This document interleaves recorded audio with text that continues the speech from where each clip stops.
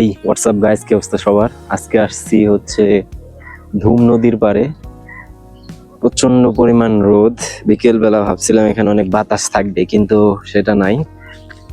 নদীটা হচ্ছে দুই পাশে আটকা, মানে এপাশে হচ্ছে নদীর মাথা এবং কি হচ্ছে মানে উজান এবং কি ভাটি, নদীর স্রোত এবং কি ভাটা দুই পাশেই হচ্ছে আটকা। কিন্তু এখানে নদীতে তেমন হচ্ছে পানি নেই এবং কি যাওয়া আছে একেবারে, বলা চলে এটা একটা বিল।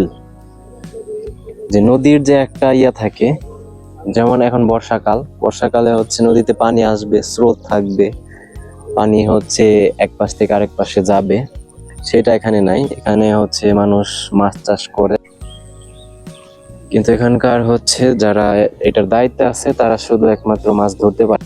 তো আজকে এসে দেখি যে একটা নৌকাও নাই। ওই পারে শুধু একটা কলা গাছের ভেলা আছে, দুই পাশে গাছ লাগানো হয়েছে একটা রাস্তার মতো, এবং কি এই নদীর যে বাঁধ তৈরি করা হয়েছে, এখানে পাট আছে, সেগুলো মানুষ এখানে জাগ দেয়। এখন হচ্ছে বিকেল টাইম, সূর্য পশ্চিম আকাশে চলে আসছে। তো এখন আমরা চলে যাচ্ছি এখান থেকে হাঁটি হাঁটি পা করে। আমার সাথে আছে হচ্ছে জাকির এবং নিম। আমরা তিনজন গিয়েছিলাম নদীর পাড়ে। বিকেল বেলা সূর্য একেবারে মুখে এসে লাগতেছে মাঝে মাঝে। এখানে দেখলাম যে মুরগির বাচ্চারা, দেখেন সূর্যের যে তাপ, একের নিচে নেমে গেছে সূর্য, তারপরে প্রচন্ড তাপ, মুখে লাগলেই বোঝা যায় যে কেমন লাগে সূর্যের তাপগুলা।